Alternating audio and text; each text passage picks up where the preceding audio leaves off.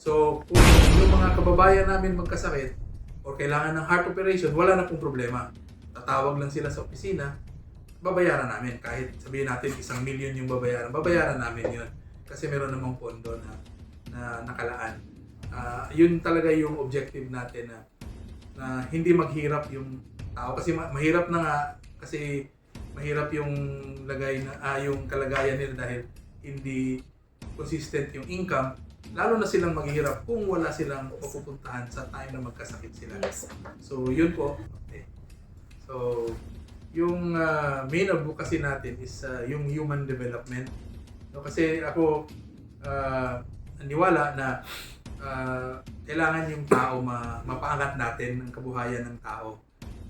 Not only in terms of livelihood, but number one na advocacy ko, kasi nga nasa isla kami, number one problem namin is yung bigay ng magandang health services sa mga ka-isla namin sa Siargao. Dahil malayo kami sa syudad, ang tendency pag may sakit yung tao, talagang mahirap kasi mag-travel sila sa dagat. Na yung dagat pa naman namin masyadong maalon, no? Masyadong maalon lalo na ngayon. Malalakas ang alon ngayon na panahon dahil may low pressure. So, yung number one talaga nung na elected ako, yung ko talaga dream na lagyan ng ospital na malaki yung isla namin ng Siargao, which is thank God, no, nagpasalamat ako sa ating may kapal na na-realize natin yan. Nakagawa ako ng isang batas ng RA 11500 na tinatawag namin na Siargao Island Medical Center. So isa po itong level 2 na hospital na kung saan, dahil po dito sa batas na to, nakapaglaan tayo ng 500 million na budget. Firstly, pag-construct, and then later on, magkakaroon tayo ng annual budget ng mga about 600 million para po doon sa operation ng hospital, saka mga bagong equipment at maraming doktor at maraming nurses. So yun po ang number one po na advokasya ko, na yung mabigyan ng magandang medical services yung mga mahihirap na tao. Kaya nga most of my tinatawag natin social service budget talagang binibigay ko sa hospital. Yung medical assistance budget ko, lahat yan, yun yung pina-priority ko. Kasi napakahirap po magkasakit yung isang tao, yung isang pamilya. Kasi tayo kasi mga Pilipino, nagtatrabaho pero para hindi i-save sa time na magkasakit. Nagtatrabaho tayo para ikain saka ipag-aral ng anak natin. Yun lang talaga, dalawa muna yung priority natin. Pero pagdating po sa may sakit, pag magkasakit yung kamag-anak, yan, talagang hirap tayo kasi wala tayong kumbaga savings doon sa pagbayad ng doktor, hospital, saka medisina. So kaya nga po, yung medical assistance budget ko, in-spread ko po sa maraming hospital. Like for example, sa amin, sa probinsya namin, nilagay ko po sa 3 malalaking private hospital. Aside sa government hospital, nilagay ko po sa private hospital.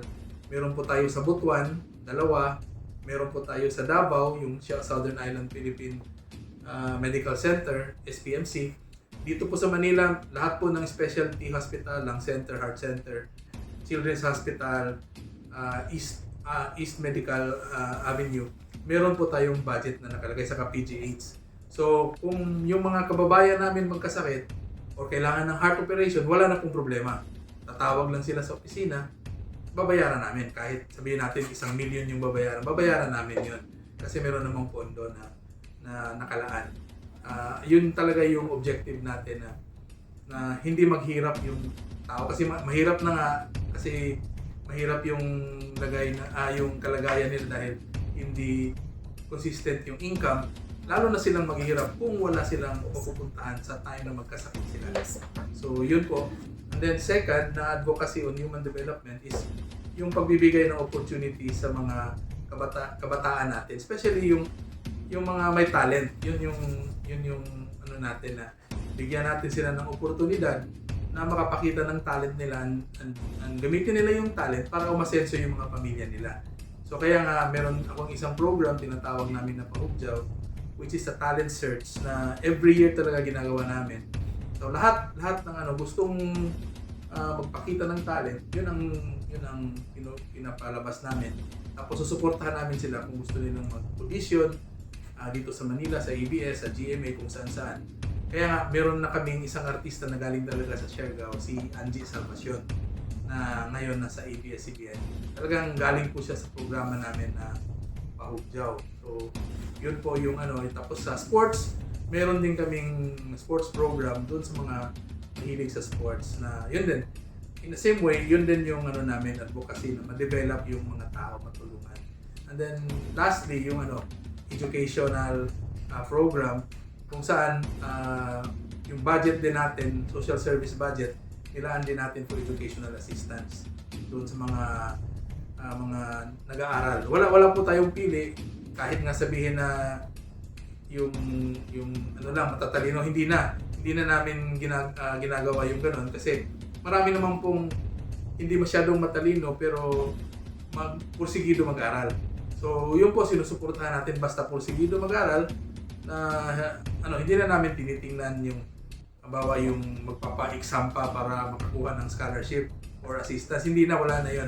Ang lang namin is kung pursigido ba yung bata mag-aral o sa kayong pamilya na gusto nilang makaangat or makakuha ng degree yung mga anak nila, yun sinusuportahan talaga natin. Yun yung talagang advokasya natin sa ngayon.